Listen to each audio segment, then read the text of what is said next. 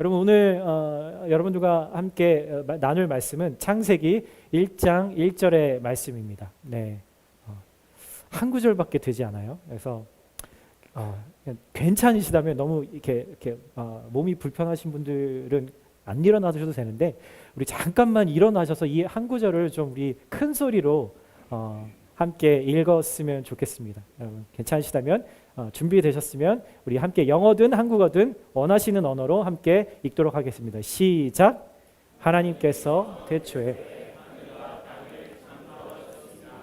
아멘, 아멘. 네, 자리에 앉아주시겠어요? 네. 네. 너무나 말씀을 잘 따라주셔서 너무나 감사합니다. 여러분 지난주일까지 저희가 이제 신약의 요한계시록을 말씀을 보면서 마지막을 마쳤죠. 아시는 분은 아실 거고 혹시 또 까먹으신 분도 계시겠지만 저희의 지금 이 주일날 설교의 스케줄은 가스펠 프로젝트라고 하는 그 신구약을 예수님의 관점에서 이렇게 말씀을 묵상해가는 전체 성경 전체를 묵상하는 스케줄을 따라서 저희가 함께 말씀을 묵상하고 있습니다. 그래서 뭐 제가 정하는 게 아니에요. 여기서 정해져 있는 순서대로 이렇게 가고 있는데 저희가 2022년 4월 22일 날 이렇게 설교를 시작했습니다. 그래서 거의 만 딱 2년이 거의 다 된 거죠. 이제 4월 첫째 주가 됐으니까 신약을 다 이렇게 말씀을 이렇게 묵상하는데 2년의 시간이 걸렸어요. 처음에는 이거 언제 다 할까? 잘할 수 있을까? 내가 잘 아는 것도 있고 잘 모르는 것도 있고 정말 이렇게 그런 본문들을 설교하면 너무 어렵진 않을까? 라는 어떤 인간적인 그런 고민들도 분명히 있었거든요. 그런데 제가 2020년에 칼라마주 하나님께서 첫 사역을 시작할 때 가급적 그 전에는 신약 한 권 하고 그 다음에 또 구약 한 권 하고 이런 식으로 균형을 맞춰가면서 이렇게 설교를 했는데 그러다가 이 가스펠 프로젝트의 설교 스케줄을 따라서 함께 나누게 되니까 너무너무 일단 저에게 너무 가장 큰 유익과 은혜가 되고요. 여러분들도 그 유익을 그 은혜를 함께 누리고 있다라는 사실을 깨닫게 됩니다. 여러분 너무너무 감사하지 않으세요? 지난 2년 동안 이 주일을 예배를 함께 하셨다면 이제 신약 전체를 우리가 함께 다 살펴본 겁니다. 정말 이 일을 가능케 하신 정말 이게 하나님께 한번 우리 감사의 마음을 담아서 박수를 한번 좀. 앞으로 얼마가 또 걸릴지 모르겠어요. 구약을 다 설교를 한동안 한 2년, 뭐 1년 만에서 2년 정도의 시간이 걸릴지 모르겠지만 만약 정말 그렇다면 우리가 다 세밀하게는 아니지만 신구약 전체를 성경을 다 한번 볼 수 있는 그런 시간이 될 겁니다. 또 한 가지 제가 감사한 것은요. 모두들 다 아시겠지만 참 저의 이 덜 익은 부족한 이 설교를 통해서 도 성령님께서 우리 안에 일하고 계신다라는 거예요. 여러분들은 어떻게 생각하시는지 모르겠지만 저는요 매주 그게 기적처럼 여겨지거든요. 주일날 집에 돌아가서 혼자 멍하니 한두 시간 그렇게 있습니다. 저한테는 죽은 사람이 다시 살아낸 것 같은 그 기적만큼이나 저는 기적으로 여겨집니다. 왜냐하면 제 자신을 누구보다 여러분보다 제가 더 잘 알기 때문에 나 같은 사람을 통해서 이런 기적을 일으키시는구나 라는 것을 생각하게 되는 거죠. 그래서 정말 하나님께 감사하고 또 여러분들에게도 너무 감사한 거죠. 허점 많은 이 말씀들을 하나님이 세우셨다라는 그 믿음으로 이렇게 들어주시고 귀 기울여 주셔서 너무 감사하다는 생각이 들었습니다. 여러분 교회라는 것은 다른 게 없는 것 같아요. 저도 겸손하게 주님을 바라보고 그 마음으로 형제 자매들을 바라보고 또 우리 성도님들도 주님을 동일한 마음으로 또 사역자들을 그리고 형제 자매들을 겸손하게 그 사랑으로 바라보게 될 때 우리가 하나 되는 것, 이것이 바로 교회가 교회다워지는 길이라고 믿습니다. 우리가 아까 전에 옆에 분에게 그렇게 고백했던 것처럼 있는 모습 그대로 우리를 오늘도 주님이 받아주시는 것처럼 그리고 사랑하시는 것처럼 우리도 그 형제 자매를 있는 모습 그대로 하지만 그 안에 계신 주님이 우리를 점점 성장시키시고 성숙시키셔서 주님의 모습을 닮아갈 바로 그 귀한 존귀한 우리 형제 자매로 우리가 여기고 감사하게 된다라는 거죠. 네, 우리 옆에 분에게 한 번만 더 이렇게 축복할까요? 우리 자매님 때문에, 형제님 때문에 우리가 교회가 될 수 있습니다 라고 이렇게 한번 말씀해 주시겠어요? 네. 네, 오늘부터 이제 대망의 구약의 말씀이 시작이 됩니다. BTS, 우리 시니어 BTS 60세 이상의 분들이 이제 한 10분, 8분, 9분 정도가 모이시는데 네, 거기에서 저희가 지난 학기, 2학기 동안에 창세기를 읽었습니다. 그래서 정말 창세기 말씀을 나누면서 되게 많은 은혜들을 누렸는데요. 오늘이 바로 그 창세기를 다시 처음부터 한번 묵상해 보는 시간이라고 여기시면 좋을 것 같아요. 여러분, 창세기라고 하면은 예, 성경에 가장 처음에 있는 책, 그리고 혹은 말 그대로 이 세상의 창조에 대한 이야기가 담겨 있는 책이라고 생각하시죠. 그래서 많은 사람들이 성경의 이 창세기를 인간의 기원, 인류의 기원을 다루는 어떤 종교적인 자료로 생각하는 분들이 참 많으세요. 그래서 오늘 우리가 나누게 될 이 창세기 1장 1절, 제가 설교를 하면서 단 한 구절 가지고 설교한 적이 오늘이 처음인 것 같은데 너무나 많은 하나님의 마음과 말씀이 담겨 있기 때문에 그렇습니다. 근데 이 창세기를 바라보는 많은 사람들의 생각은 일단은 이성과 과학이 증명하는 그 지점까지 우리가 성경을 받아들이려고 하시는 분들이 참 많이 있는 것 같아요. 그래서 이 성경을 읽을 때 우리가 잊지 말아야 될 한 가지 중요한 포인트가 있습니다. 특히나 이 창세기를 읽을 때는 더군다나 그렇죠. 이 창세기는 모세라고 하는 사람이 쓰게 됐어요. 하나님의 성령의 감동을 받아서 쓰게 되었는데 이 성경이 쓰여진 목적이 사람들에게 우리에게 인류의 기원을 알도록 혹은 그것을 이성과 과학으로 증명하도록 그런 목적으로 쓰여진 것이 아니다라는 사실은 먼저 우리가 가정으로 그것을 받아들이고 성경을 읽어야 합니다. 만약에 하나님이 그런 목적으로 창세기나 성경을 쓰셨다면 좀 더 그 성경 안에는 과학적인 용어들, 수학적인 수치들, 여러 가지 그런 논리적인 어떤 그런 단계들을 대부분 그 전면에 배치하셨어야 했을 거예요. 그러나 하나님은 성경을 그런 목적으로 쓰신 것이 아니라, 여러분 잘 들으세요. 하나님이 성경을 우리에게 들려주시는 목적은 하나님이 어떤 분이신지를 드러내므로 사람들을 구원해서 하나님과 친밀한 교제를 나누기 위해서 이 성경을 우리에게 기록하셨다라는 겁니다.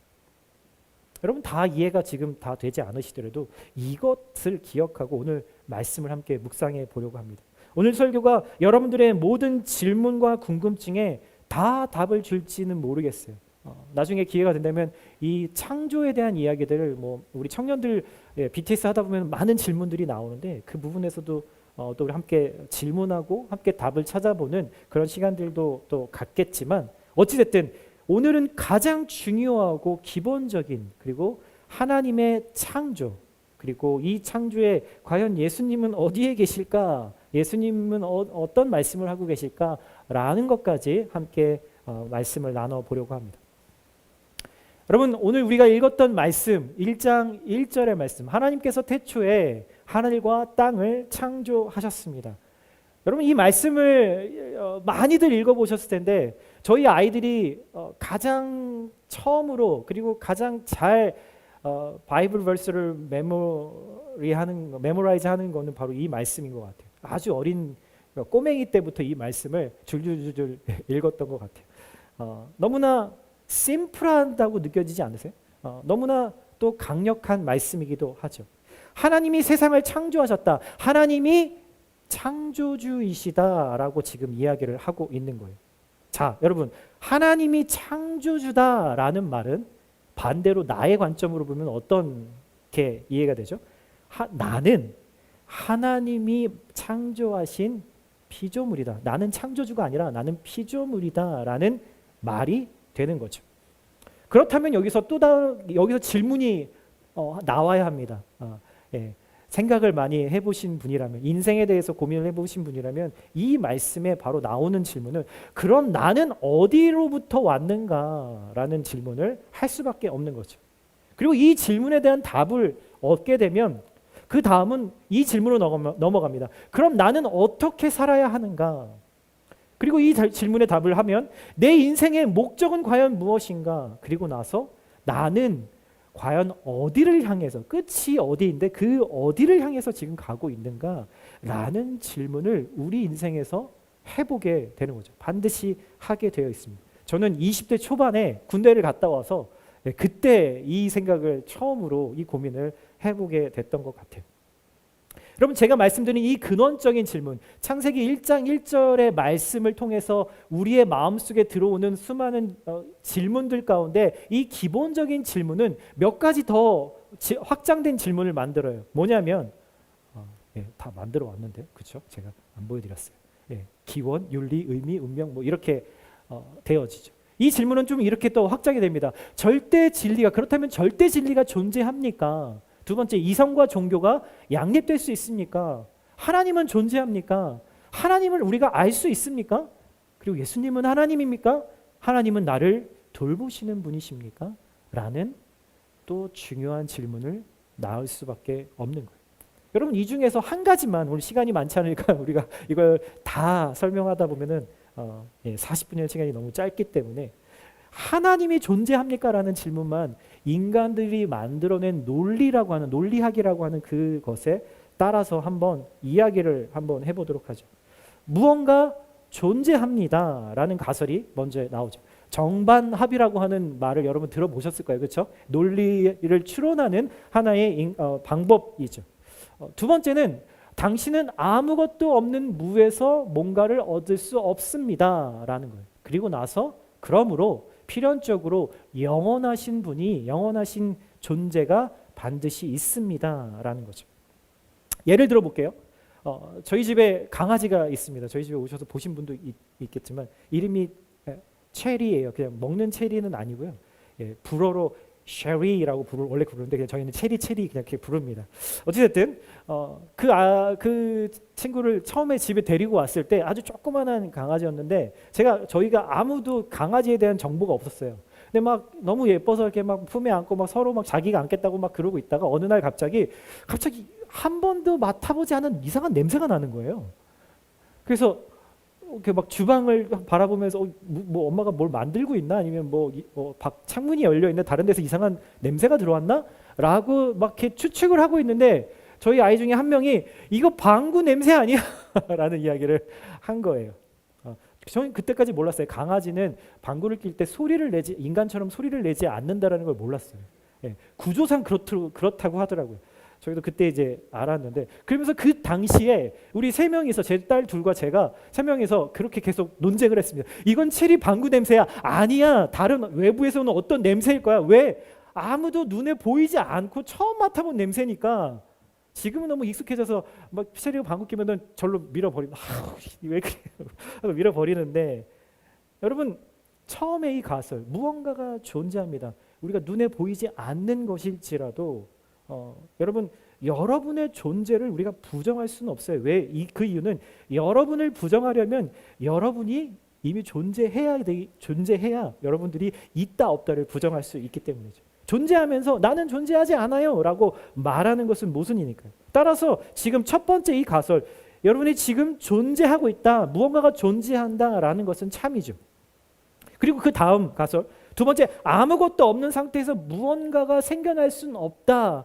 우리가 너무나 잘 아는 거죠. 그렇죠? 아무것도 없는 상태에서 원인도 없이, 이유 없이 그것이 나올 수는 없다라는 것입니다.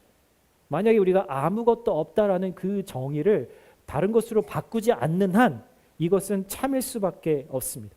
이 첫 번째와 두 번째가 참이기 때문에, 그러므로 필연적으로 영원한 존재가 있습니다. 이 무에서 뭔가 나온 이 존재라는 것은 그 영원한 존재로부터 나온 것입니다 라는 결론을 쉽게 얻을 수 있는 거죠. 목사님 지금 말장난하시는 것 같은데요, 저에게. 저랑 따로 이야기 좀 하시죠 라고 생각하는 분도 계실 거예요. 여러분, 많은 무신론자들, 하나님은 없다, 신은 없다라고 믿는 사람들도 이 논리와 가설에는 다 인정합니다. 부인하지 않습니다. 다만 그 영원한 존재라는 것이 하나님이 아니라 그들이 주장하는 것, 많은 사람들이 주장하는 것, 진화론자들 혹은 하여튼 모든 사람들이 주장하는 것은 딱 하나입니다. 그 영원한 것이 바로 우주다라고 이야기를 하는 거죠. 거기에 관심 있으신 분들은 아마 분명히 그것을 알고 계실 거예요. 이 주장의 근거, 우주가 영원하다라는 것, 그것의 근거는 오직 한 가지에서 지금까지 서포트되고 있어요. 그게 바로 많은 사람들이 들어보셨죠. 빅뱅 우주론이라고 하는 겁니다. 쉽게 말하면 아주 쉽게, 여러분 어른 얘기 아니에요. 작은 에너지가 아주 작은 것인데 그게 엄청난 에너지를 가지고 있다가 순간 폭발해서 한 2초 사이에 폭발해서 그 순간에 몇천 배의 크기로 확장이 돼서 우주가 만들어졌다라는 게 빅뱅 이론의 우주론의 논리입니다. 여러분, 그런데 많은 과학자들이 여기에 치명적인 오류가 있다라고 이야기를 해요. 왜 그러냐면 시작이 있는 모든 것에는 그 시작에 원인이 있어야 되는데 거기에는 그 원인이 존재하지 않는다. 더군다나 거기에 물리의 법칙이 적용되지 않는다라는 이야기들을 하죠. 왜냐하면 그 원인을 사람들이 추측만 할 뿐 아무도 그것에 대해서 정확하게 증명해내지 못하기 때문이죠. 여러분, 그래서 나사에서 미국에 있는 그 나사에서 공식 논평으로 뭐라고 이야기를 했냐면, 누구도 이 우주가 무한대로 큰지를 알 수 없고 우리 우주가 유일한 우주인지도 확실치 않다, 모른다라고 그들의 공식 논평에서 그렇게 이야기를 합니다. 우주가 영원하지 않다면, 여러분, 그렇다면 단 영원한 것은 한 가지밖에 남지 않습니다. 지금 사람들의 주장 가운데서는 바로 그것은 하나님이 존재하신다, 그리고 그 하나님만이 영원한 분이시다라는 사실밖에는 남지 않는 거죠. 자, 다시 말씀으로 돌아가 보겠습니다. 거기에서 말씀의 증거를 좀 찾아보려고 합니다. 하나님께서 태초에 하늘과 땅을 창조하셨느니라. 많은 분들이 그렇지, 맞지, 아멘이지 라고 생각하는 분도 계시겠지만, 또 어떤 분들은 그런 생각을 할 거예요. 정말? 이게 말이 돼? 난 못 믿겠는데? 증거가 뭔데?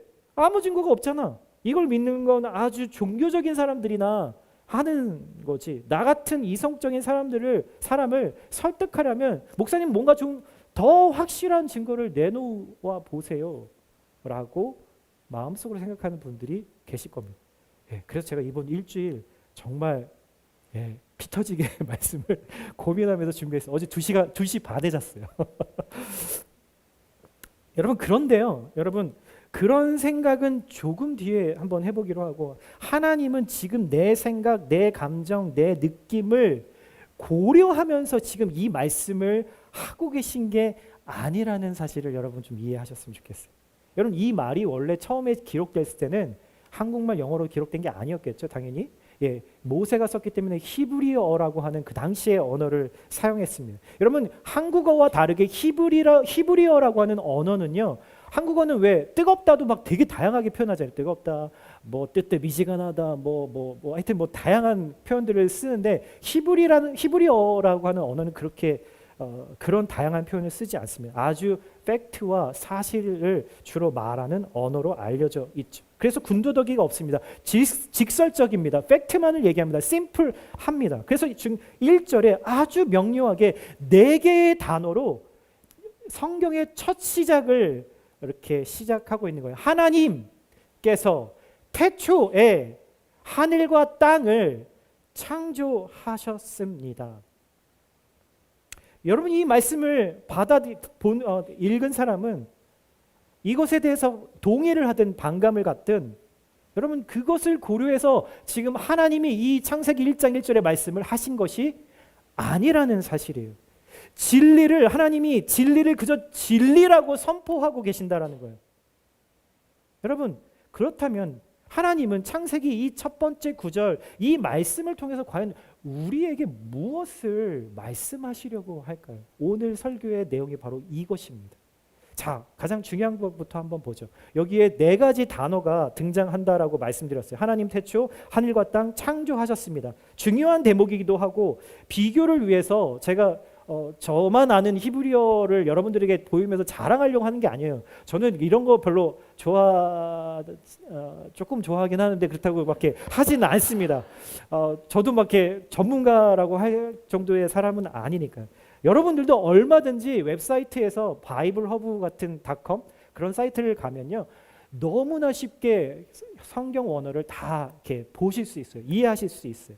어찌됐든 이 첫 번째 구절은 너무 중요하기 때문에 왜냐하면 이 말씀이 인정이 되지 않고 믿어지지 않으면 성경의 나머지 그 다음 부분도 하나도 내 마음속에 남지를 않기 때문에 너무 중요한 겁니다. 그래서 원래 쓰여진 언어는 과연 뭘 얘기하고 있는가라는 것을 한번 보려고 해요.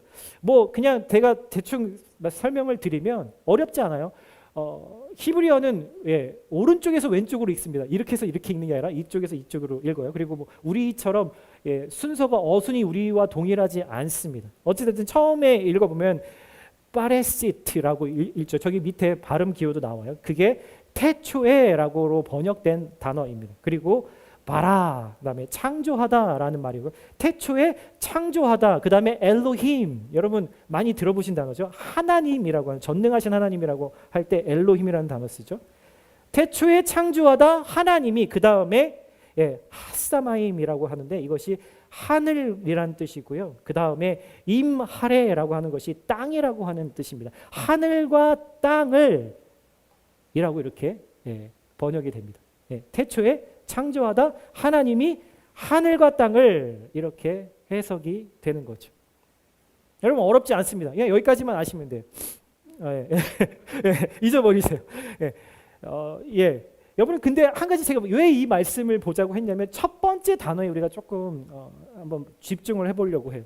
브레시트라고 하는 이 첫 번째 단어, 한국말로는 태초에, 영어로는 in the beginning이라고 번역된 이 단어는요 두 개의 단어로 이렇게 연결이 되어 있는데 뿌라는 단어가 인 뭐뭐 안에라는 뜻이고 레시트라고 하는 것이 기원 뭐 시작이라는 그 단어입니다. 이 두 개의 단어가 연결이 돼서 그러니까 어떻게 해석할 수 있냐면 시간의 시작, 그러니까 기원의 시작, 시간의 시작 안에서 하나님이 하늘과 땅을 창조하셨다라는 말이에요.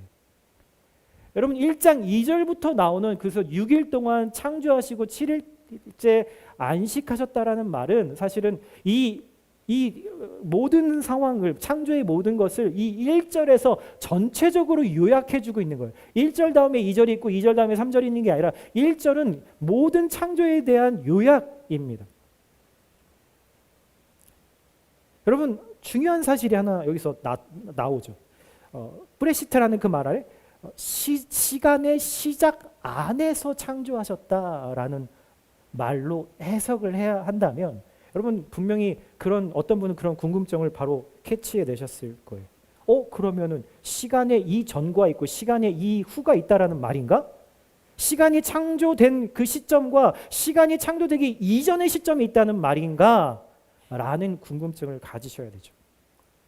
여러분 하나님은 사람이 아니세요. 하나님은 영원한 분이세요. 그런데 사람이 저와 여러분 같은 사람이 존재하기 위해서는 지난번에도 제가 말씀드렸지만 두 가지가 꼭 필요합니다. 시간이라는 것과 공간이라는 것이 필요하죠. 그래서 우리가 3차원의 공간에서 우리가 살고 있는 거잖아요. 2024년이라고 하는 4월 7일이라고 하는 지금 12시 5분이라고 하는 이 시간이 우리에게 존재해야지만 그리고 미국 미시간의 칼라마주, 빅스버그 그리고 한인교회 이 본당이라는 장소가 있어야지만 나라는 존재, 안창호라는 존재가 지금 존재할 수 있다라는 거예요. 어려우세요? 아니, 이게 끝이에요. 뭐 더 어렵지 않아요. 하나님은 시간과 그런데 공간이 필요 없는 분이라는 거예요. 영원한 분이시잖아요. 초월하는 시간과 공간을 초월하는 분이시라는 거죠. 창세기 1장은 여러분 하나님이 6일 동안 세상을 창조하셨다라고 말하죠. 하나님이 왜 이 세상을 창조하셨는가에 대해서 창세기에서 뭐라고 얘기하냐면 하나님이 하나님의 형상을 따라서 하나님의 이미지와 성품을 따라서 저와 여러분 같은 인간을 창조하시고 그들과 사랑의 친밀한 교제를 나누기 위해서 이 창조를 하셨다라고 이야기하시는 거예요. 자, 다시 돌아가 볼게요. 6일째 되는 날 하나님이 인간을 창조하셨는데 그 전에 창조하신 건 과연 무엇을 위해서인가? 누구를 위해서요? 저와 여러분을 위해서 그 세상을 창조하셨다. 시간을 포함해서 그 이야기를 하고 계신 거죠. 왜요? 인간이 육체를 가지고 존재하기 위해서는 시간이라고 하는 것이 필요했기 때문에 영원하신 하나님이시지만 제약된 그 시간을 우리를 위해서, 나를 위해서 창조하신 거죠. 왜요? 사랑으로 함께 교제하기 위해서. 그분은 영원하시지만 우리는 영원하지 않기 때문에 그 제한된 시간을 만드시고 그 시간을 뚫고 들어오신 것이 바로 하나님이 하신 첫 번째 창조이고 지금 우리를 통해서 지나가고 있는 바로 오늘이라고 하는 시간인 것입니다. 너무 어렵나요? 여기까지가 좀 어려울 수 있겠지만 어쨌든 이제 크게 어렵지 않습니다. 목사님 그러면 이렇게 얘기하죠. 그건 알겠는데 그래서 그게 저랑 무슨 상관인데요? 라고 질문하는 우리 형제 자매들이 떠오릅니다.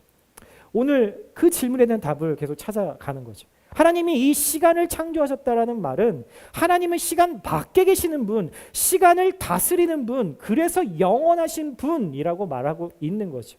여러분 이걸 하나님이 자신을 인간에게 처음 나는 어떤 존재야 라고 이야기를 하신 데서 말씀하세요. 출애굽기에 보면은 모세라고 하는 사람, 이 창세기를 쓴 모세라고 하는 사람이 하나님을 처음 떨기나무에서 만났을 때 하나님이 그에게 명령하시죠. 이집트 왕 바로에게 가서 내가 전하는 말을 가서 전해라. 내 백성을 내보내게 해라 라고 그렇게 말하라고 합니다. 그랬더니 모세가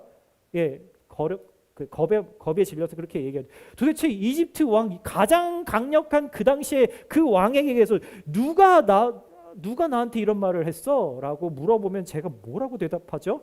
라고 질문을 하죠. 그때 하나님이 바로 그렇게 이야기하십니다. I am who I am. 무슨 말이라고요? 하나님은 나는 스스로 존재하는 분이라고 하나님 말씀하신 거예요. 자기 자신을 그렇게 여호와라고 하는 말이 그런 뜻인 거죠. 어려운 한자말로 자존자, 스스로 존재하는 분이다 라고 부릅니다. 여러분 스스로 존재하시는, 그래서 시간을 다스리시는, 그래서 영원하신 하나님이 이집트 왕에게 내 백성을 내놔라고 명령하시고 오직 창조주만이 하실 수 있는 10가지 재앙을 통해서 자신이 바로 창조주, 스스로 존재하는 분이시라는 것을 그들 앞에서 성경에서 제일 처음 증명하십니다. 여러분 우리에게는 어제가 과거고요, 지금은 현재고요, 내일은 미래잖아요. 여러분 그런데요, 우리가 과거에 받았던 상처, 실패, 실수, 후회 때문에 우리는 너무나 힘들어하고 오늘이라는 그 시간, 현재를 살아가기에 너무나 힘들게 무던히 애를 쓰고 그럼에도 내일이라는 그 미래가 우리는 어떻게 될지 몰라서 너무 불안하잖아요. 그래서 뭐 점쟁이도 찾아가고 운세도 보기도 하고 그런 사람들이 있는 거죠. 그런데 하나님에게는 과거와 현재와 미래가 다 똑같다라는 거예요. 그래서 하나님은 우리에게 언제나 동일한 분이 되실 수 있는 거예요. 여러분 2000년 전의 크리스천이나 지금의 크리스천인 나에게 동일한 하나님이시라는 거예요. 또 내가 한국에 있어도 미국에 있어도, 내가 기쁠 때에도, 내가 슬플 때에도, 내가 우울할 때에도, 내가 성공했을 때도, 내가 실패했을 때도, 내가 건강할 때도, 내가 아프고 병들었을 때도, 내가 젊었을 때에도, 내가 늙었을 때도, 내가 하나님과 친밀할 때에도, 하나님을 떠나 멀리 있었을 때에도 하나님은 언제나 동일하셔서 나와 함께 계실 수 있는 유일한 분이라는 것을 지금 바로 시간을 창조하신 하나님이 우리에게 하시고 싶은 말씀이라는 거예요.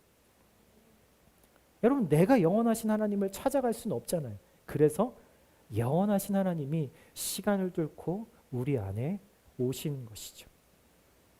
그래서 시간과 공간의 제약을 받는 우리가 하나님을 예배하고 그분의 임재 안에서 그분을 만나고 경험하는 것은 그래서 놀라운 일인 거예요. 왜요? 영원이라고 하는 그것에 우리가 접속을 하는 그런 순간이거든. 그래서 시편의 저자가 84편에 뭐라고 얘기하냐면 주님의 성전에서 주님을 만나는 그곳에서 한 날이 하루가 day가 다른 곳에서 thousand days 그 첫날보다 더 좋다라고 그렇게 표현을 하는 거죠. 그렇게 고백을 하는 거죠. 그래서 여러분 하나님을 만나면 하나님을 경험하면 우리의 영혼과 마음이 변화를 받게 되는 것입니다. 요즘에 금요예배를 통해서 또 BTS를 통해서 많은 사람들이 그 양육과 예배를 안에서 하나님을 경험하는 일들을 종종 듣습니다. 그게 얼마나 감사한지 모르겠어요. 그 이유는 영원이신 하나님과 접속하는 그 순간을 그들이 경험했기 때문인 거죠. 그들 안에 놀라운 은혜와 변화들이 시작되고 있는 것을 보게 되는 거죠. 여러분 왜 하나님은 창조라는 것으로 말씀을 시작하고 계실까요? 창조가 모든 것의 시작이고 기준이 되기 때문입니다. 하나님이 창조하셨다면 여러분 우리는 더 이상 내 것이라고 주장할 만한 것이 하나도 없다는 사실에 그것을 마주해야 하며 그래서 많은 사람들이 하나님이 창조주라는 것을 인정하고 싶어 하지 않아요.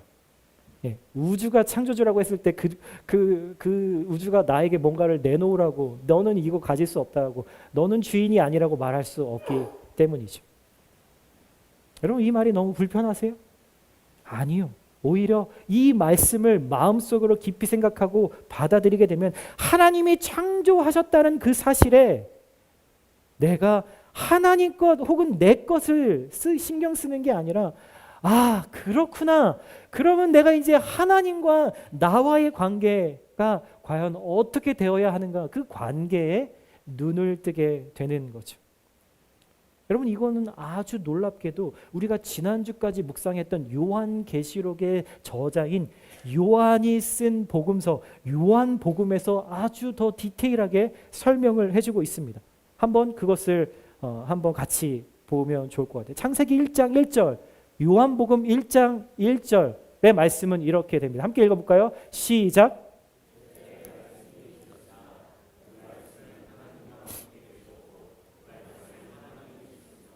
네, 너무 유사한 느낌이 나죠. 창세기 1장 1절과 너무나 똑같습니다. 왜요? 요한이 의도적으로 창세기의 말씀을 가져와서 지금 요한복음을 시작하고 있기 때문이에요. 여러분 창세기 1장에서 6일 동안 하나님이 창조하시는데 무엇으로 창조를 하셨냐면 무엇으로 창조하셨죠? 뭐 요술봉으로 하셨나요? 아니면 포크레인으로 하셨나요? 아니죠. 거기서 뭐라고 하시죠?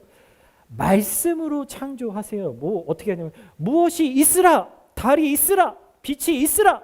네, 그렇게 있으라라고 하는 그 말을 통해서 말씀을 통해서 하나님이 창조를 이루어내십니다.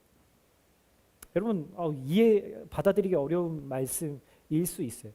여러분 그 당시에 유대인들은요 이 말씀이라고 하는 단어, 로고스라고 하는 이 단어를 하나님의 창조 혹은 하나님이 자신을 우리에게 드러내시는 방법으로 수단으로 여겼습니다. 말씀을 하나님을 드러내는 창조를 드러내는 수단으로 여겼다라는 거죠.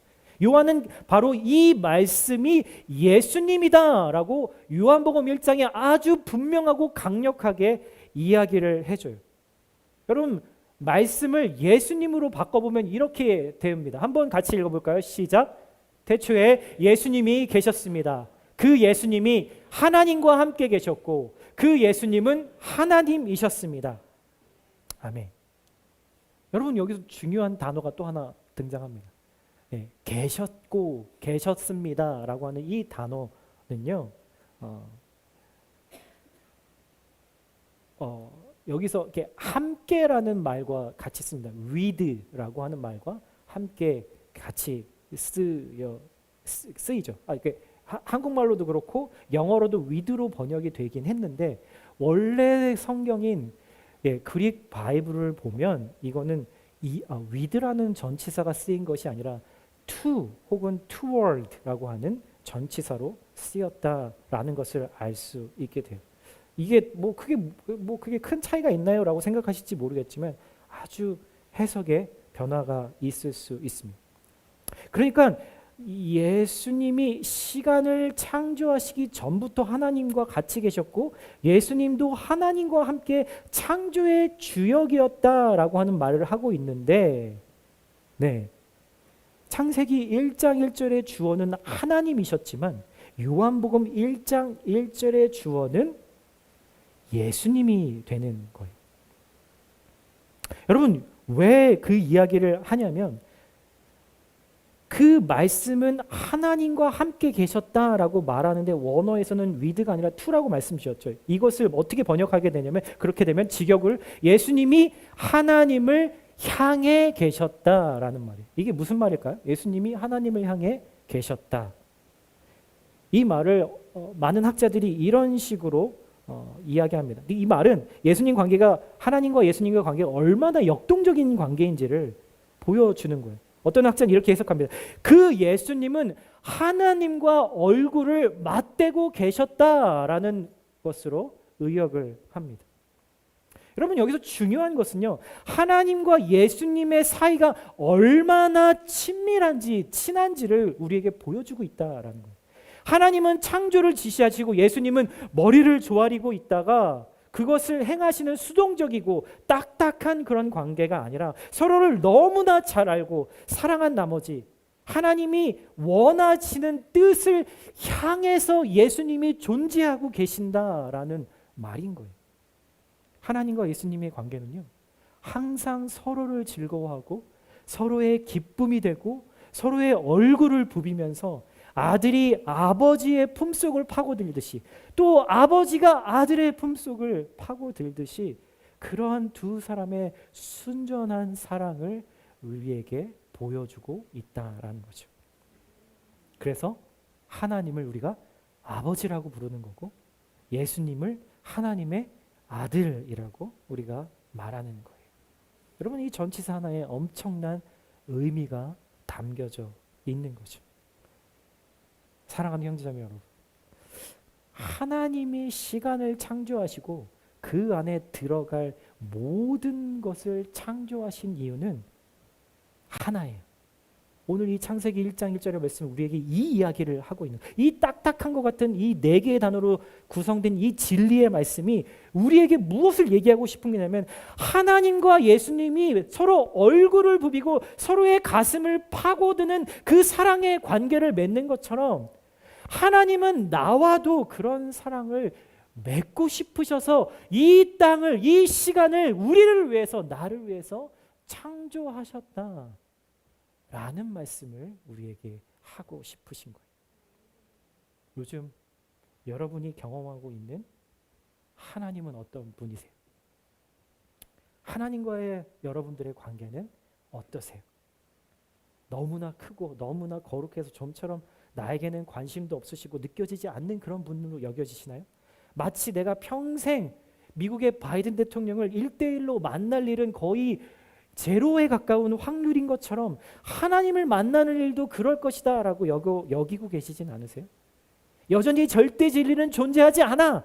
그러니 하나님도 없어.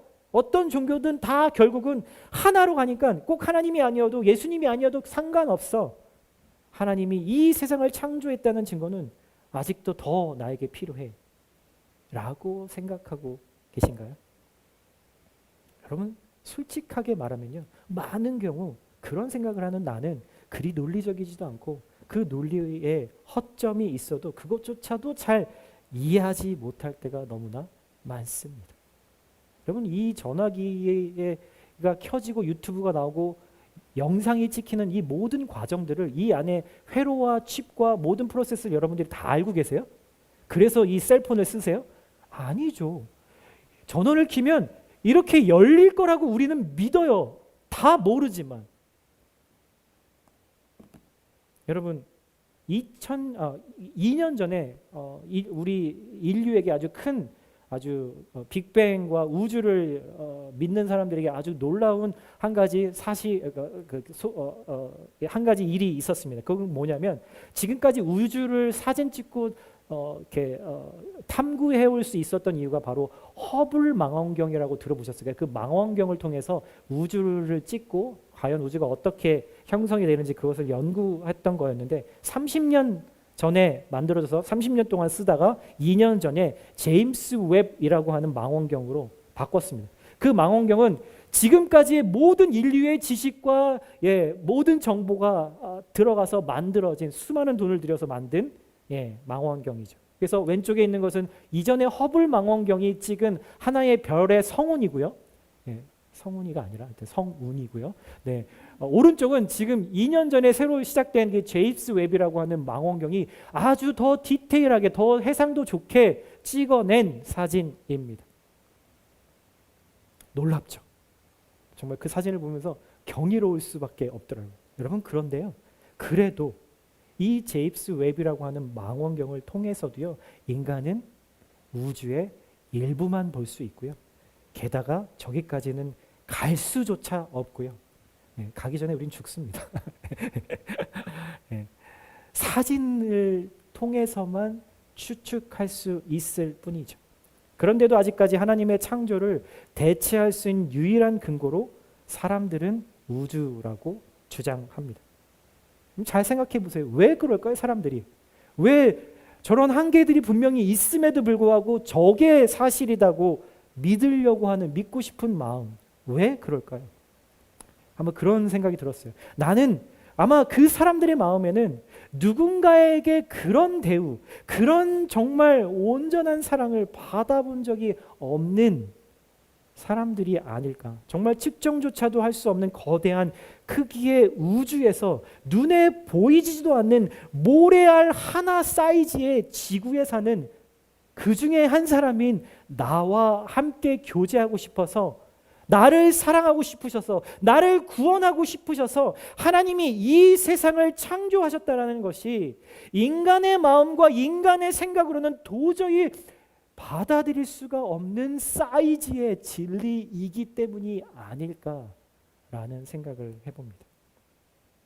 여러분, 내 사이즈가 아니라 하나님 사이즈라야만 이 일이 가능해진 거예요. 여러분, 그래서 그 하나님의 사이즈를 우리의 사이즈에서 볼 수 있도록 하신 것이 바로 예수 그리스도입니다. 시간을 뚫고 시간 이전에 계셨던 하나님과 예수님과 성령님이 그 시간을 뚫고 내 안으로 들어오셔서 예수님이 이 땅에 그리고 나에게 내 안으로 먼지와도 같은 내 안에 내 삶 안으로 들어오신 것이죠. 하나님은 오늘 창세기 1장 1절에 이 단순한 진리의 말씀을 통해서 우리에게 내가 너와 깊은 사랑의 관계를 갖기 원한다 라고 말씀하십니다. 여러분, 이 도전에 반응하십시오.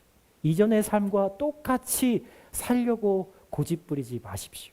하나님 앞에 더 나아감으로, 그리고 그분의 말씀 안에, 그분 안에 기도함으로 여러분 하나님의 그 영원을 경험하는 놀라운 삶이 되시기를, 또 한 주가 되시기를 예수님의 이름으로 축복드립니다.